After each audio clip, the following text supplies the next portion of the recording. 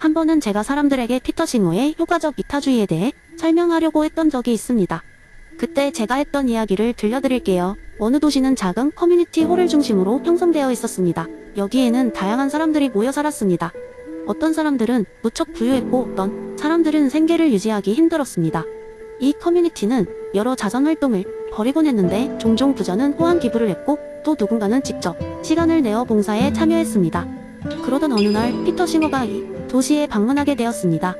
그가 마을 광장에서 커뮤니티 홀 관장과 이야기를 나누고 있을 때 사람들은 하나둘 모여들기 시작했고 모두 싱어에게 신기하고 흥미로운 눈초리를 보냈습니다. 싱어는 관장에게 이렇게 물었습니다. 당신들이 자선활동을 할 때 가장 중요하게 생각하는 점은 무엇인가요? 관장은 망설임 없이 대답했습니다. 우리는 마음에서 우러나오는 기부와 봉사가 가장 중요하다고 생각합니다. 싱어는 미소 지으며 고개를 끄덕였습니다. 그렇다면 그 기부와 봉사가 실제로 어떤 효과를 내는지에 대해 얼마나 고민해 보셨나요? 관장은 난처한 표정으로 답했습니다. 글쎄요, 우리는 단지 열심히 도우려고 노력할 뿐인데요. 그러자 싱어는 주머니에서 작은 그래프가 그려진 종이를 꺼내 모두에게 보여주며 이렇게 말했습니다. 여기 보세요. 단돈 5달러로 어느 자선단체는 백신을 구매해 수백 명의 생명을 구할 수 있습니다. 반면에 같은 5달러를 다른 곳에 기부하면 일부 사람들에게 단지 한 끼 식사를 제공할 수 있습니다. 사람들이 눈을 반짝이며 그의 말을 경청하기 시작했습니다. 싱어는 계속해서 설명했습니다. 중요한 것은 마음에서 우러나오는 기부와 봉사도 좋든 우리가 가진 자원을 가장 효과적으로 사용할 수 있는 방법을 찾아야 한다는 것입니다. 이는 우리가 가진 자원을 최대한 많은 사람들에게 최대한의 영향을 줄 수 있도록 사용한다는 것을 의미합니다. 그 순간 하나이가 손을 들며 물었습니다. 그렇다면 우리가 어떻게 할 수 있을까요? 싱어는 그 아이를 바라보며 부드럽게 말했습니다. 첫 단계는 먼저 우리가 가진 자원이 어디로 사용되는지 파악하는 것입니다. 그 다음에는 가장 큰 효과를 낼 수 있는 곳에 집중적으로 지원하는 겁니다. 이를 듣고 커뮤니티 홀 관장은 효과적 이타주의 실천을 위해 노력해보기로 결심했습니다. 같은 시간과 비용을 들이더라도 더 많은 생명을 구하고 더 큰 변화를 만들어낼 수 있도록 방향을 수정한 것입니다.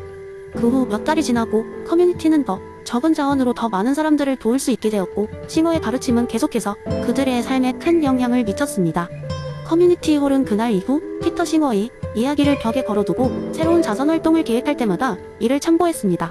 결국 작은 마을이었지만 그들은 전 세계적인 문제들에 더 큰 영향을 미칠 수 있는 역할을 하게 되었습니다.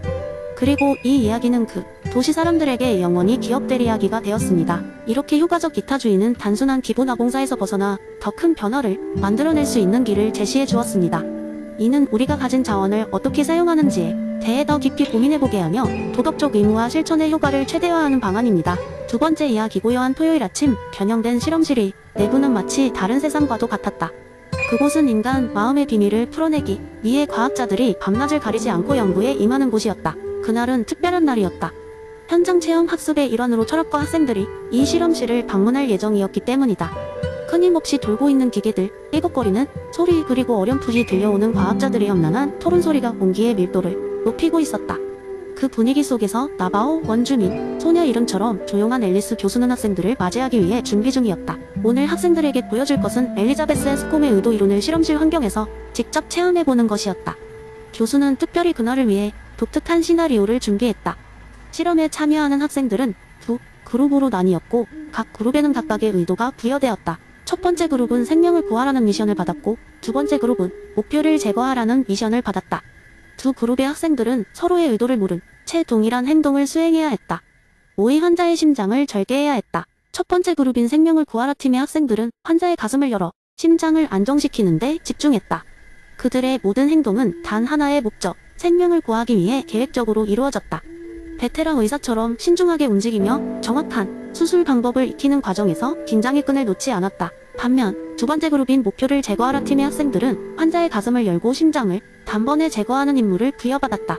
그들의 목적은 생명을 해치는 것이었지만 겉으로는 첫 번째 그룹과 거의 동일한 행동을 수행했다. 단지 그들의 마음속에 숨겨진 의도가 다를 뿐이었다. 앨리스 교수는 학생들이 임무를 마친 후 각 그룹의 행위를 비교해 발표했다. 그녀는 두 그룹의 행동이 외형적으로 얼마나 유사했는지 보여주며 차이점은 오직 의도에 있다는 점을 강조했다. 그리하여 학생들은 모든 행위의 도덕적 의미가 의도에 깊이 연관되어 있다는 앤스콤의 이론을 체험을 통해 납득하게 되었다. 하지만 이야기는 여기서 끝이 아니었다. 어떤 학생이 물었다. 그렇다면 윤리적으로 올바른 의도는 무엇을 기반으로 평가되나요? 앨리스 교수는 빙글에 웃으며 대답했다. 그것이 바로 여러분이 탐구해야 할 새로운 질문입니다. 엔스콤은 우리에게 방향만 제시했을 뿐 그 길을 가는 것은 우리의 몫입니다. 흥미진진한 실험실 견학을 통해 학생들은 엔스콤의 의도 이론을 깊이 이해하게 되었다. 또한 그들은 이를 통해 인간 행위를 평가하는 데 있어 더 깊은 숙고가 필요함을 깨달았다. 그날 이후로도 학생들은 앨리스 교수가 말한 윤리적으로 올바른 의도란 무엇인지에 대해 끊임없이 토론하고 고민하게 되었다. 그리고 그 과정에서 그들의 철학적 깊이는 더욱 더 깊어지게 되었다. 세 번째 이야기. 어느 날 작은 마을에 사는 두 소년 톰과 제리는 여느 때처럼 자전거를 타고 놀이동산으로 가기로 했습니다. 둘은 각자의 자전거에 올라타고 신나게 페달을 밟았습니다. 당시 그들은 비슷한 속도로 달리고 있었으며 둘 다 자전거 타기를 좋아하는 친구들이라 레이스를 하듯이 달렸습니다. 마을의 중심을 통과하던 중 그들은 갑자기 교차로 앞에 다다르게 되었습니다. 이 교차로는 신호등이 고장난 상태로 그날따라 차들이 어떻게 움직일지 예측하기 어려운 상황이었습니다. 톰과 제리는 최고의 속도로 페달을 밟고 있었고 서두르느라 신호등이 고장 난 것을 인식하지 못했습니다. 교차로에 거의 다다랐을 때 톰과 제리는 눈앞의 도로 상황을 마주하게 되었습니다. 톰은 본능적으로 브레이크를 밟아 멈추려 했지만 자전거의 브레이크 가이날 따라 제대로 작동하지 않았습니다. 한편 제리는 그대로 직진했습니다. 제리의 자전거 브레이크는 완전하게 작동했지만 그는 멈추는 대신 교차로를 조금 더 빠르게 지나가기로 마음먹었습니다. 이때 두 소년의 운명은 갈립니다. 톰은 브레이크가 제대로 작동하지 않아 교차로 한복판으로 돌진하는데 다행히 그 순간 교차로를 지나가려던 차량은 모두 톰의 자전거를 보고 멈췄습니다. 톰은 거의 안전하게 도로를 지나왔습니다. 하지만 갑작스러운 상황에 놀라 자전거에서 떨어져 작은 찰과상을 입었습니다. 반면 제리는 아무 생각 없이 속도를 높였고 교차로를 지나던 트럭에 부딪힐 뻔했지만 극적으로 회피했습니다. 그는 무사히 교차로를 통과했지만 심장박동이며 배는 빨라진 상태로 자전거를 탄 채 놀이동산으로 도착했습니다. 마을 사람들은 이 사건을 듣고 두 소년에 대해 도덕적 판단을 내리기 시작했습니다.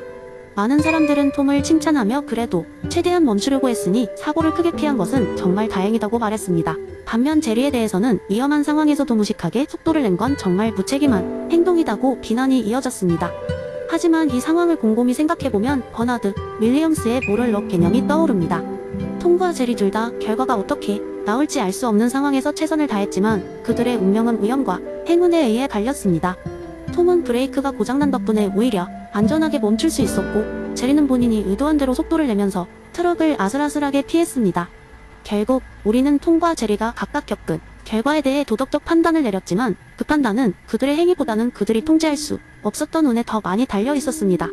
톰이 조금 더 운이 좋았다면 제리도 조금 덜 운이 나빴다면 우리는 둘에 대해 완전히 다른 도덕적 평가를 내렸을 것입니다. 이 이야기는 우리의 도덕적 판단이 얼마나 많은 구성 요소에 영향을 받는지를 생각하게 만듭니다. 톰과 제리의 상황처럼 때로는 운과 우연이 도덕적 책임에 많은 역할을 하게 됩니다.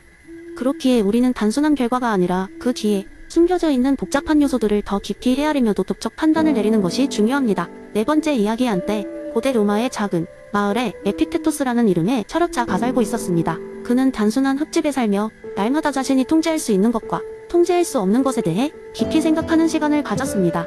에픽테토스는 그 마을 사람들에게 큰 영향을 미쳤는데 그가 전한 메시지 중 하나는 특히 사람들을 매료시켰습니다. 하루는 마을 광장에서 큰 축제가 열렸습니다. 이날 마을의 주민들은 즐거움을 만끽하며 춤추고 노래를 부르는 등 온갖 축하 행사를 즐겼습니다. 하지만 축제 중에 갑자기 천둥 번개와 함께 폭우가 쏟아지기 시작했습니다. 사람들은 당황하며 비를 피하기 위해 웅크리고 있었고 축제는 엉망이 되어가는 것처럼 보였습니다. 그때 에픽테토스가 광장 한가운데로 나와서 평온한 얼굴로 사람들에게 말했습니다. 여러분, 비가 내리는 것은 우리가 통제할 수 없는 일입니다. 하지만 우리의 댐댐이와 반응은 우리가 통제할 수 있는 것이죠. 사람들은 잠시 그의 말을 이해하지 못하고 어리둥절해 했습니다. 그러자 에픽테토스는 더 크게 소리쳤습니다. 우리는 비를 피할 수 없습니다. 하지만 우리가 이 비가 주는 상황에서 무엇을 할지 선택할 수 있습니다. 그때 어린 소녀 하나가 용기 내어 말했다. 그럼 비를 맞으며 춤을 춰도 되나요? 에픽테토스는 미소를 지으며 고개를 끄덕였습니다. 물론입니다. 우리가 비 때문에 기뻐할 수 없는 이유는 없습니다. 사실 이 비 속에서도 우리는 즐거울 수 있습니다. 그 말을 듣고 소녀는 광장 한가운데로 나가 춤추기 시작했습니다. 다른 사람들도 그녀를 보고 용기를 얻어 하나둘씩 비를 맞으며 춤을 추기 시작했습니다. 비로 옷이 젖고 머리가 흐트러졌지만 사람들은 오히려 더 큰 웃음을 지으며 즐거운 시간을 보냈습니다. 비 속에서 춤추는 그들의 모습은 비단 그들만의 기쁨이 아닌 에픽테토스가 전하고자 했던 중요한 교훈을 상징했습니다. 비가 멎을 무렵 에픽테토스는 그들이 모습을 보며 조용히 말했습니다. 이제 여러분은 알게 되었을 것입니다. 우리가 통제할 수 없는 상황에서는 그저 받아들이고 우리가 통제할 수 있는 것에 최선을 다하는 것이 가장 중요하다는 것을요. 삶의 모든 순간이 바로 이런 선택의 기회입니다. 그날 이후로 마을 사람들은 에픽테토스의 가르침을 마음 깊이 새기며 살아갔습니다. 그들은 희로애락의 순간마다 자신이 통제할 수 있는 부분을 찾고 그것에 최선을 다했습니다. 그러면서도 통제할 수 없는 것들에 대한 걱정은 버리고 현재의 순간을 더욱 온전히 즐기려 노력했습니다. 이 이야기는 지금까지도 많은 사람들에게 전해지며 우리에게도 중요한 깨달음을 줍니다. 통제할 수 없는 것에 짓눌리지 말고 우리 손안에 있는 변수들로 최선을 다해 행복을 꾸려가는 것, 그것이 바로 에픽테토스의 듣고 일어섬의 진리입니다. 다섯 번째 이야기. 오래전 한 작은 마을에 철학을 사랑하는 청년 아르카디우스가 살고 있었어. 아르카디우스는 사람들에게 철학의 소중함을 전파하기 위해 끊임없이 노력했지만 마을 주민들은 현실 생활에 바빠서 그의 말을 잘 듣지 않았어. 그는 마을 사람들에게 철학의 가치와 중요성을 일깨우고 싶었지만 어떻게 해야 할지 막막했지. 그러던 어느 날 아르카디우스는 사람들이 모두 모이는 축제날을 맞아 한 가지 계획을 세웠어. 그는 마을 광장에서 작은 무대를 꾸며놓고 모두가 모이면 그들에게 쾌락주의에 대해 이야기하기로 했어. 축제날 마을 사람들은 모두 기쁨에 차서 노래하고 춤추며 축제를 즐기고 있었지. 이때 아르카디우스는 마이크를 들고 무대로 올라갔어. 여러분, 아르카디우스가 외쳤어. 오늘 이렇게 행복한 날, 여러분에게 아주 재미있는 이야기를 들려드리고 싶어요. 바로 쾌락주의에 대한 이야기입니다. 사람들은 술잔을 들고 박수를 치며 그의 이야기에 귀를 기울였어. 옛날에 에피쿠로스라는 철학자가 있었어요. 그는 쾌락을 인간의 궁극적인 목표로 봤죠. 하지만 단순히 먹고 마시는 육체적 쾌락보다 마음의 평온이 더 중요하다고 생각했어요. 이를 아타락시아라고 불렀죠. 지금부터 그가 겪은 신기한 이야기를 들려드리겠습니다. 그리고 아르카디우스는 이야기를 시작했어. 에피쿠로스가 살던 시대, 어느 날 그는 제자들과 함께 정원을 산책하고 있었어요. 그러다 한 제자가 물었죠. 선생님, 정말로 쾌락이 인간의 최고 목표라면 우리는 왜 끊임없이 배고픈 것 채면 걱정에 시달리는 걸까요? 에피쿠로스는 미소를 지으며 대답했어요. 그건 우리가 진정한 쾌락에 대해 잘못 이해하고 있기 때문이란다. 단순히 육체적 쾌락만을 추구하다 보면 오히려 더 큰 고통을 맞이할 수 있지. 진정한 쾌락은 마음이 평온해서 오는 것이란다. 제자는 고개를 갸우뚱했어요. 마음의 평온이요? 어떻게 하면 그렇게 될 수 있을까요? 에피쿠로스는 제자를 데리고 숲속 작은 오두막으로 갔어요. 오두막 내부는 단출하고 소박했지만 아주 청결하고 평온한 분위기가 흘렀죠. 에피쿠로스는 제자에게 말했어요. 이곳에서 잠시 동안 아무런 생각도 하지 말고 그저 가만히 마음을 가라앉혀 보거라. 제자는 선생님의 말씀을 따라 눈을 감고 마음을 비우기 시작했어요. 그러자 점차 잡생각이 사라지고 그의 마음속에 조용한 평온이 깃들기 시작했죠. 몇 시간이 흐르자 눈을 뜬 제자는 깨달음을 얻은 듯 얼굴이 환해졌어요. 선생님, 이제야 이해했어요. 마음의 평온이야말로 진정한 쾌락이라는 것을요. 에피쿠로스는 웃으며 제자의 어깨를 두드렸어요. 그렇단다. 우리가 추구해야 할 쾌락은 단순히 육체적 쾌락이 아니라 고통과 걱정에서 벗어난 평온한 상태, 아타락시아란다. 아르카디우스는 여기서 이야기를 마무리 짓고 마을 사람들을 향해 미소를 지으며 말했어. 여러분, 오늘 여기 함께하는 시간이야말로 진정한 쾌락이 아닐까요? 육체적 쾌락도 중요하지만 우리 모두 마음을 평온하게 하여 더 큰 행복을 찾을 수 있기를 바랍니다. 축제에 참가한 모든 사람들은 아르카디우스의 이야기를 듣고 큰 박수를 보냈어. 그 후로 사람들은 일상 속에서 마음의 평온을 찾으려고 노력하게 되었고 마을은 더욱더 화목하고 행복한 곳이 되었답니다.